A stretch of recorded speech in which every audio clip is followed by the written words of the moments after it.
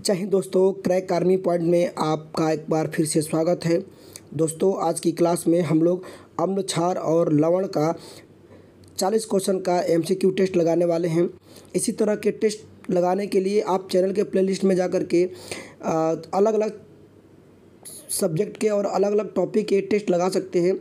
Physics का, chemistry का, biology का और जीके का आपको वहाँ पे टेस्ट मिल जाएगा। आप वहाँ प्लेलिस्ट में जाकर के लगा सकते हैं और चैप्टर भी पढ़ सकते हैं वहाँ पर। दोस्तों, इस वीडियो में आप लोग बिल्कुल अंत तक बने रहिएगा। और यदि आप चैनल पर नए हैं और अभी तक आपने चैनल को सब्सक्राइब नहीं किया है तो चैनल को सब्सक्राइब कर लीजिएगा और बेल आइकन को दबा दीजिएगा, जिससे कि मैं कोई भी वीडियो डालूंगा तो उसका नोटिफिकेशन आप सबको सबसे पहले मिल जाएगा। चलिए दोस्तों, आज की क्लास को स्टार्ट करते हैं बिना किसी देरी के। आज की क्लास का हमारा पहला प्रश्न है कि सभी अम्ल जल में घुलकर प्रदान करते हैं। तो जितने भी अम्ल होते हैं वो जल में घुलकर के क्या देते हैं? सभी अम्ल जल में घुलकर के हाइड्रोजन प्लस आयन देते हैं। ठीक है। अगला प्रश्न आपका है, अम्ल का स्वाद कैसा होता है? जो अम्ल होता है, अम्ल का स्वाद कैसा होता है? अम्ल का स्वाद खट्टा होता है। अगला प्रश्न आपका है, क्षार का स्वाद कैसा होता है? तो क्षार का जो स्वाद होता है वो कैसा होता है? वो कड़वा होता है। ठीक है। कैसा होता है? कड़वा होता है। ठीक है। सभी अम्ल का अनिवार्य तत्व क्या होता है? तो जितने भी अम्ल होते हैं इनका अनिवार्य तत्व क्या होता है? हाइड्रोजन होता है। क्या होता है? हाइड्रोजन होता है। ठीक है। पीएच मान का निर्धारण किसने किया था? तो पीएच मान का निर्धारण किसने किया था? सोरेनसन ने किया था। अब चाहे पीएच मान कहे, चाहे पीएच स्केल कहे, चाहे पीएच मीटर कहे, अगर इसकी खोज पूछेगा तो भी बताना है सोरेनसन ने किया था। कई बार पीएच का पूरा नाम पूछ लेता है, ध्यान दीजिएगा। पीएच का पूरा नाम होता है पोटेंशियल ऑफ हाइड्रोजन या हाइड्रोजन आयन की सांद्रता। ठीक है। ये पीएच का पूरा नाम होता है। अगला प्रश्न दिया आपका, अम्ल और क्षार की अभिक्रिया से बनता है। तो अम्ल और क्षार की अभिक्रिया से जल और लवण बनता है। क्या बनता है? जल और लवण बनता है। जैसे कि यदि हम HCl ले लेते हैं, हाइड्रोक्लोरिक अम्ल ले लेते हैं, और यदि हम ले लेते हैं सोडियम हाइड्रोक्साइड NaOH ले लेते हैं, अगर इन दोनों का मिलाया जाता है तो इनकी अभिक्रिया से हमें मिलता है NaCl प्लस बनता है H2O। तो यहाँ पे NaCl क्या है? लवण है, और H2O क्या है? जल है। इसलिए अम्ल और क्षार की अभिक्रिया से लवण और जल बनता है। अगला प्रश्न है आपका कि अम्ल और क्षार की अभिक्रिया को क्या कहते हैं? तो अम्ल और क्षार की अभिक्रिया को हम लोग कहते हैं उदासीनीकरण की अभिक्रिया। इसे कहते हैं उदासीनीकरण की अभिक्रिया, क्योंकि अम्ल और क्षार की अभिक्रिया के फलस्वरूप लवण और जल बनता है। तो लवण भी उदासीन होता है और जल भी क्या होता है? उदासीन होता है। चलिए, अगला प्रश्न आपका है कि लाल लिटमस को नीला कर देता है। यानी लाल लिटमस पेपर को नीला कौन कर देता है? तो लाल लिटमस को नीला कर देता है क्षार। जो क्षार होता है ये लाल लिटमस को नीला कर देता है, जबकि जो अम्ल होता है वो नीले को लाल कर देता है। अब कई बार इसमें कन्फ्यूजन होता है, इसके लिए आपको मैं सिंपल सी ट्रिक बताता हूँ। अम्ल के लिए याद रखिएगा अनिल, इसका ट्रिक होता है अनिल। अनिल का मतलब है अ से होता है अम्ल, नी से होता है नीला, ल से होता है लाल। यानी जो अम्ल होता है वो नीले को लाल कर देता है। और क्षार का ट्रिक होता है छलनी, छलनी।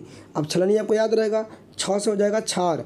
क्षार क्या करता है कि लाल को क्या करता है? नीला कर देता है। जो क्षार होता है वो लाल को नीला कर देता है, इसलिए हमारा सही उत्तर क्या हो जाएगा? क्षार हो जाएगा, लाल को नीला कर देता है। ठीक है। अगला प्रश्न आपका है, सभी अम्ल धातुओं से क्रिया करके कौन सी गैस निकालते हैं? तो जितने भी हमारे अम्ल होते हैं ये धातुओं से क्रिया करके हाइड्रोजन गैस बनाते हैं। कुछ धातुएं हैं जो अम्ल के साथ क्रिया नहीं करती हैं, उनको आगे हम लोग देखते हैं अगले क्वेश्चन में। क्षार जलीय घोल में कौन सा आयन देता है? तो जो क्षार होता है, जो बेस होता है, यह जलीय घोल में OH माइनस आयन देता है। कौन सा आयन देता है? तो OH माइनस आयन देता है। ये OH माइनस आयन देता है। ठीक है। अगला प्रश्न आपका है कि नीले लिटमस को लाल कर देता है। तो नीले लिटमस पेपर को लाल कौन करता है? तो अभी हम लोग पढ़े थे कि जो अनिल होता है, अनिल, अ से अम्ल हो जाएगा, नीले से लाल हो जाएगा। तो जो अम्ल होता है वो नीले को क्या कर देता है? लाल कर देता है। अम्ल पदार्थ का पीएच मान कितना होता है? जो अम्लीय पदार्थ होता है उसका पीएच मान क्या होता है? 7 से कम होता है। क्या होता है? 7 से कम होता है अम्लीय पदार्थों का पीएच मान। अम्लीय पदार्थ का मतलब होता है कि जितने भी खट्टी चीज़ें होती हैं वो उनके अंदर अम्ल होता है। अम्ल होने के कारण अम्ल का स्वाद खट्टा होता है। उनके अंदर अम्ल पाए जाने के कारण वो भी क्या होते हैं, खट्टे लगते हैं। जैसे नींबू हो गया तो नींबू खट्टा होता है, सिरका हो गया ये आपको खट्टा लगता है, तो इनके अंदर क्या होता है, अम्ल होता है। दही जो होता है खट्टा होता है, कच्चा आम जो खट्टा होता है, तो इन सब के अंदर क्या होता है, अम्ल होता है। और अम्ल पाए जाने के कारण इनका स्वाद क्या होता है, खट्टा होता है।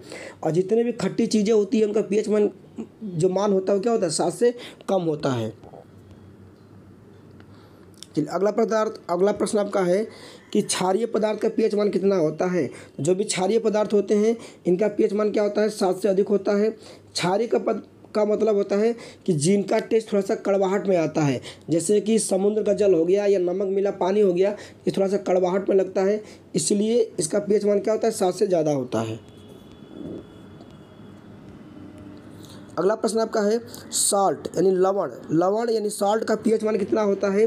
तो जो साल्ट या लवण होते हैं इनका पीएच मान क्या होता है, इनका पीएच मान 7 होता है, क्योंकि ये उदासीन होते हैं। क्या होते हैं, ये होते हैं उदासीन। और जो भी चीज़ हमारा उदासीन होता है उसका पीएच मान क्या होता है, 7 से 7 के बराबर होता है, ये न्यूट्रल होते हैं। अगला प्रश्न है कौन सी धातु अम्ल के साथ क्रिया नहीं करती है। याद रखिएगा सोना, चांदी, तांबा, प्लेटिनम, ये जो 4 धातुएं हैं ये अम्ल के साथ क्रिया नहीं करती हैं। ठीक है, सोना, चांदी, तांबा और प्लेटिनम जो धातुएं होती हैं ये हाइड्रोक्लोरिक अम्ल के साथ क्रिया नहीं करती हैं। अगला प्रश्न है सोना धातु किसमें घुल जाती है। तो सोना धातु पे अम्ल और क्षार का प्रभाव नहीं पड़ता है, इसलिए इसको घुलाने के लिए हमें अम्लराज यानी एक्वा रेजिया की आवश्यकता होती है। अम्लराज यानी एक्वा रेजिया की आवश्यकता होती है। ठीक है, तो सोना धातु जो होता है ये अम्लराज में घुल जाता है यानी एक्वा रेजिया में घुल जाता है। ठीक है, अब आगे देखते हैं कि अम्लराज होता क्या है। तो एक्वा रेजिया जो होता है ये नाइट्रिक अम्ल और हाइड्रोक्लोरिक अम्ल का अनुपात होता है। अब उसको किस अनुपात में मिलाया जाए इन दोनों को कि हमारा बन जाएगा एक्वा रेजिया। ही पूछा गया क्वेश्चन में कि नाइट्रिक अम्ल और हाइड्रोक्लोरिक अम्ल को किस अनुपात में मिलाएं कि वो क्या बन जाए, वो एक्वा रेजिया बन जाए। ठीक है, तो इसका सही अनुपात हो जाएगा 1:3। देखिए नाइट्रिक अम्ल जो होता है इसका फार्मूला होता है इसका फार्मूला होता है, नाइट्रिक अम्ल का फार्मूला जो होता है वो होता है HNO3 और हाइड्रोक्लोरिक का फार्मूला होता है ये होता है HCl।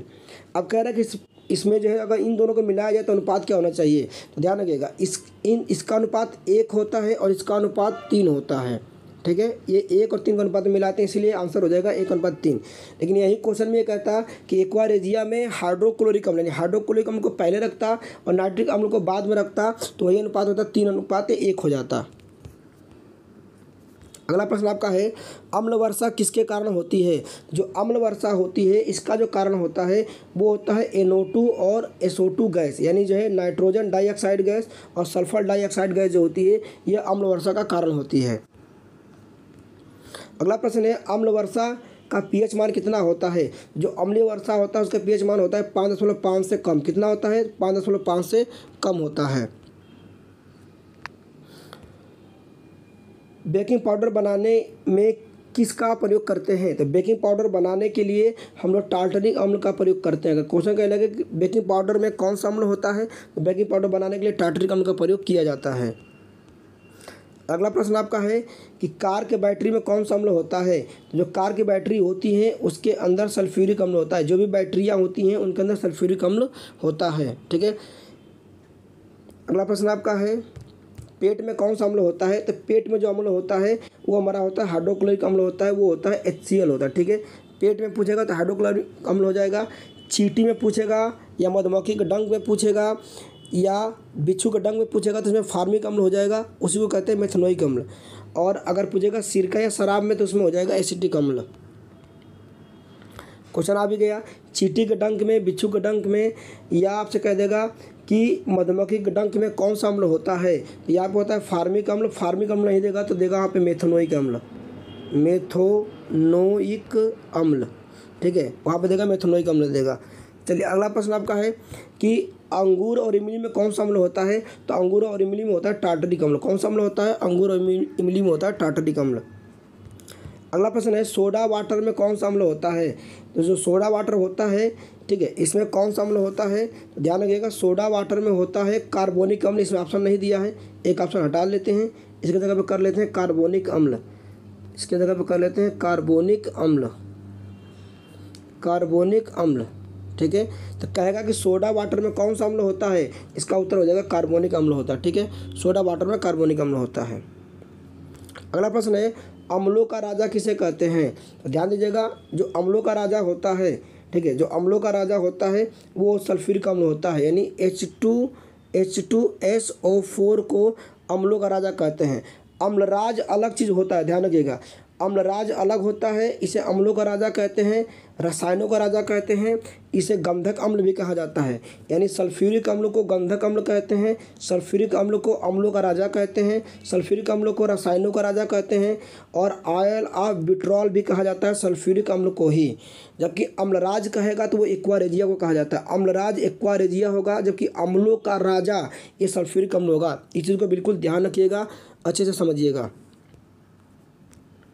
अगला प्रश्न आपका है कि टमाटर और पालक में कौन सा अम्ल होता है। जो टमाटर होता है, जो पालक होता है, इसमें जो होता है हमारा अम्ल, हमारा कौन सा अम्ल होता है, तो इसमें हमारा अम्ल होता है, टमाटर और पालक में ऑक्जेलिक अम्ल होता है। कौन सा अम्ल होता है, तो ऑक्जेलिक अम्ल होता है। अगला प्रश्न आपका है, समुद्री जल का पीएच मान कितना होता है। जो सी वाटर होता है इसका पीएच मान होता है 8.4। कितना होता है, 8.4 होता है। अब याद कैसे करेंगे, समुद्र चौरस होता है, क्या होता है, चौरस होता है, समुद्र चौरस यानी चौड़ा होता है, तो चौरस मतलब 84 में पॉइंट लगा देंगे, 8.4 हो जाएगा, आसानी से याद हो जाएगा। दूध का पीएच मान कितना होता है, तो दूध का जो पीएच मान होता है वो 6.6 होता है। याद कैसे करेंगे, दूध पीने वाला व्यक्ति किसी का भी छक्का छुड़ा सकता है, तो छक्का छुड़ाना 6 और 6, छक्का छुड़ाना 6 और 6 हो जाएगा, इसका पीएच मान यानी 6.6 हो जाएगा। सिरका और शराब में कौन सा अम्ल होता है। जो सिरका होता है, जो विनेगर होता है, और जो हमारा एल्कोहल होता है, इसमें कौन सा शराब होता है, कौन सा अम्ल होता है, इसमें अम्ल पूछा है, तो ध्यान रखिएगा, सिरका और शराब में जो होता है उसमें होता है एसिटिक अम्ल। कौन सा अम्ल होता है, एसिटिक अम्ल होता है। चलिए अगला क्वेश्चन हमारा है कि दूध और दही में कौन सा अम्ल होता है। तो दूध और दही में जो अम्ल होता है ये होता है लैक्टिक अम्ल होता है। कौन सा अम्ल होता है, तो दूध और दही में जो अम्ल होता है वो हमारा अम्ल होता है लैक्टिक अम्ल। ठीक है, अब देखिएगा, दूध से लैक्टिक शब्द याद रखिएगा, दूध के लिए लैक्टिक शब्द याद रखिएगा, सारा क्वेश्चन आपको दूध से जो बनने वाला होगा याद हो जाएगा। जैसे दूध में कौन सा बैक्टीरिया होती है, तो बताएंगे लैक्टोबैसिलस होता है, तो लैक्टो शब्द से याद हो जाएगा। दूध को शुद्धता मापने वाला यंत्र कौन सा होता है, तो इसका दूध की शुद्धता मापने वाला जो यंत्र होता है वो होता है लैक्टोमीटर होता है। दूध और दही में कौन सा अम्ल होता है, तो लैक्टिक अम्ल होता है, तो लैक्टो शब्द से दूध का सारा क्वेश्चन बन जाएगा। दोस्तों, यदि अभी तक आपने यहाँ तक वीडियो को देखा है और अभी तक आपने चैनल को सब्सक्राइब नहीं किया है, तो प्लीज़ चैनल को सब्सक्राइब कर लीजिएगा और बेल आइकन को ज़रूर दबा दीजिएगा, जिससे मैं कोई भी वीडियो डालता हूँ तो उसका नोटिफिकेशन आपको मिल जाएगा। चलिए दोस्तों, आगे बढ़ते हैं, अगले क्वेश्चन की तरफ देखते हैं।